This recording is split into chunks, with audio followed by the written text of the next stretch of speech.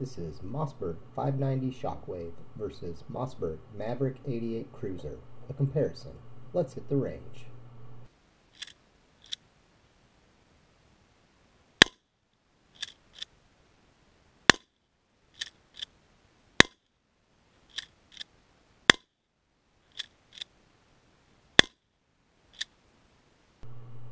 That was my first magazine through the gun, 5 rounds of number 8 birdshot. Large holes are the wad. From the hip, the pattern to me looked a little left and high, but still good for movie from the hip. The Maverick 88 Cruiser is a pump-action pistol grip shotgun that is available in either 12 gauge or 20 gauge. The version we're shooting here today is the 12 gauge version. It has an 18.5-inch barrel, an overall length of 28.125 inches, and weighs in at 5.75 pounds. Now this is made under the Maverick by Mossberg line, so the safety on it is a push-button safety in front of the trigger. The pump and pistol grip are both a black synthetic material. Now they do have an 8-shot version of this. I have the 6-shot version, so the barrel extends a few inches past the magazine tube. Now I prefer using the mini shells, so I have the Opsol adapter installed, as you can see here, and those work perfectly. Let's give you a shot of the back and the side of that pistol grip, which we're going to talk about here in just a minute. And a little more range time.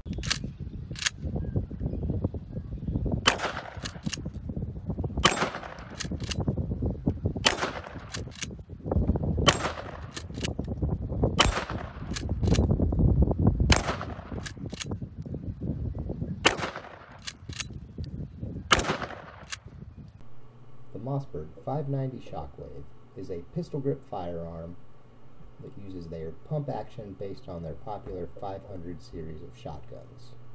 Now there are quite a few different models available in 12 gauge, 20 gauge, and 410.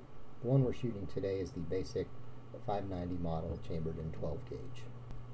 It uses their popular 590 action with the Ambidextrous thumb safety. Safety is easy to use for shooters of either hand. Push forward to disengage. The pistol grip is a Raptor bird's head pistol grip. I have wrapped mine in baseball bat tape similar to what Hickok 45 did.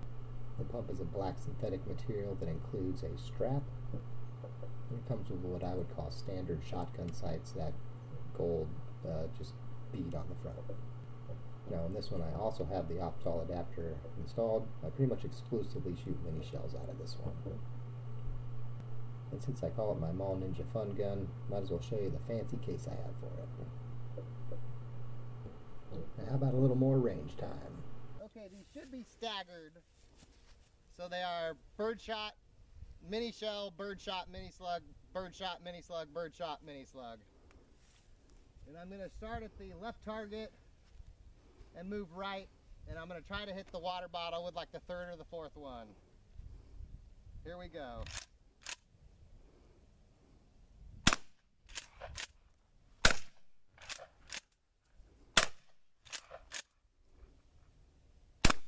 Oh yeah! The gong was a goner. Here's a pic of that bottle and how it fared. Oh wow, that sucks.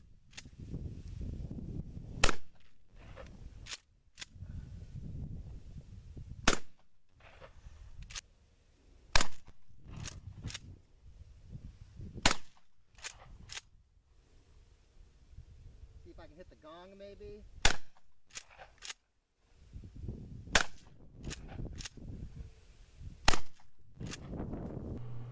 Fresh off the shooting clip, we will start with our comparison, discussing, I would say, the difference in recoil and shooting these two guns.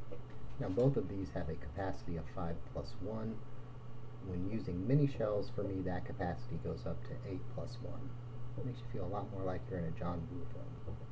Now both guns thus far, and I have many more rounds through the Shockwave than the Cruiser at this point, since I only just shot the Cruiser last weekend.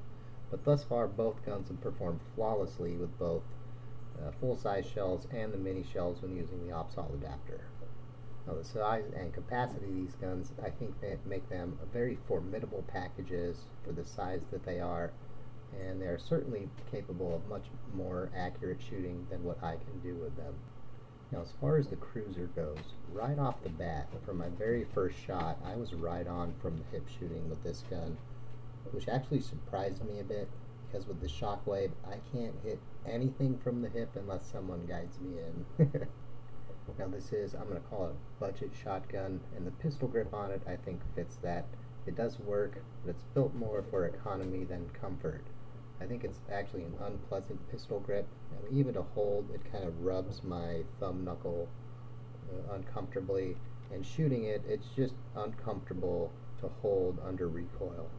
Now even when shooting just some, number 8, 7/8 birdshot shells, the recoil out of this when holding it, because you don't have the stock and you can't brace it with your body, it was very uncomfortable to the point of almost being painful on your pistol grip hand to hold, in my opinion.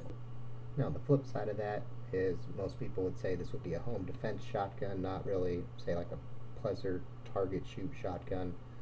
So I would say under the heat of the moment, the last thing you're probably going to worry about is how comfortable is the grip when I use it. For the intended use, I would say it definitely gets the job done. Now the accuracy at the intended range, I would say, was definitely very acceptable. You're probably not going to hold it up to your face and shoot it, and actually in that regard, if you are not really holding it well, it will come back and hit you in the face if you're trying to hold it and aim down the sights if you're not careful. Now, while I don't think it is the most pleasant gun to shoot, the action is easy enough to operate. Overall, the gun is simple to use, simple to load, simple to unload. It's accurate enough. It's easy enough to use as a home defense gun. It's certainly formidable, and it's more than capable of getting that job done. Now, on top of that, it's at a price that I would call a very affordable price, especially for what you get. I bought this gun, I don't know, 8-9 months ago for $219. I was at my local store today looking at things, and it was still on the shelf for $219, and they actually had the 8-shot version of it. So, and when I looked, that gun was actually a little more expensive, maybe $229, $239, something like that. So, hey, hard to go wrong with that price point. Now, speaking of price, let's move on to the Shockwave. Now, the Shockwave, I've had this for quite a few years now. I got it, a couple of months after it came out, about when it really hit stores in my area. The price on it seems to fluctuate depending on the day, the time of the day, and who knows what, but I got it for $3.99. I was in my local store today where I bought it, and they actually still had it at $3.99 years later, so I thought that was a pretty good sign. Now that $3.99 price for this model does make you wonder, what do I get for what is, we're just going to call it double the price of the Cruiser, because they're close enough for that to be the case. Well, let's try to talk on that a little bit. Now, when I look at these two guns side by side, to me it feels like the Shockwave just has a higher quality of materials and more attention to detail on the workmanship. They probably have similar materials, but it seems like just the Mossberg has just a little more, if you will. Now there we were looking at the receiver. If we look at, say, the barrel where the sight bead is at the end of the magazine tube, you can see there's little differences in the materials and on the workmanship and little things, or it's just little things along the way that really add up, I think, to give you that price difference. Now besides grip style and barrel length, about the only other difference besides the safety is on the Shockwave, the top of the receiver is tapped so you can put something like a rail for an optic on it, whereas on the Cruiser that is not done. It's not tapped for anything, so if you wanted to do that, you'd probably have to have that tapped yourself. Now one of the other appeals of the Shockwave, if you don't want it just for as it is depending on where you live and how much paperwork you want to do, you can do short-barreled shotgun on that, put a stock on it. With that shorter barrel, you would have, say, a nice, formidable close-quarters combat weapon, though you probably have some additional paperwork if you want to do that. I'm not sure. I know in my area I cannot do that legally without some tax stab action. Now, from what I understand, on my Cruiser, I can actually put a stock on that and be fine, though I'm probably going to leave this as a pistol grip shotgun simply because I already have a full-size Maverick 88 anyway, and so there's no reason to put a stock on this one for me. Now another thing worth mentioning is, depending on where you live, that Shockwave may or may not be legal. Now, I'm not sure. Where I live, that is considered a firearm. It's not considered a pistol, it's not considered a shotgun, it's just considered a firearm. And that has to do with the length and the length of the barrel and overall length and a whole bunch of things that basically I'm not qualified to talk about. You know, overall, I do think both of these guns are good home defense options, though I actually think there's a better option out there that's actually even at a better price. Now, I'm going to end this video by showing what I think is actually the better home defense option if I was going to pick between the two.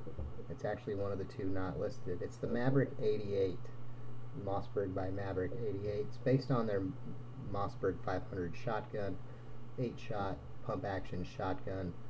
At my store, I bought this, I don't know, a year ago for like $200. I was in my store today, they still have this gun on the shelf for $200.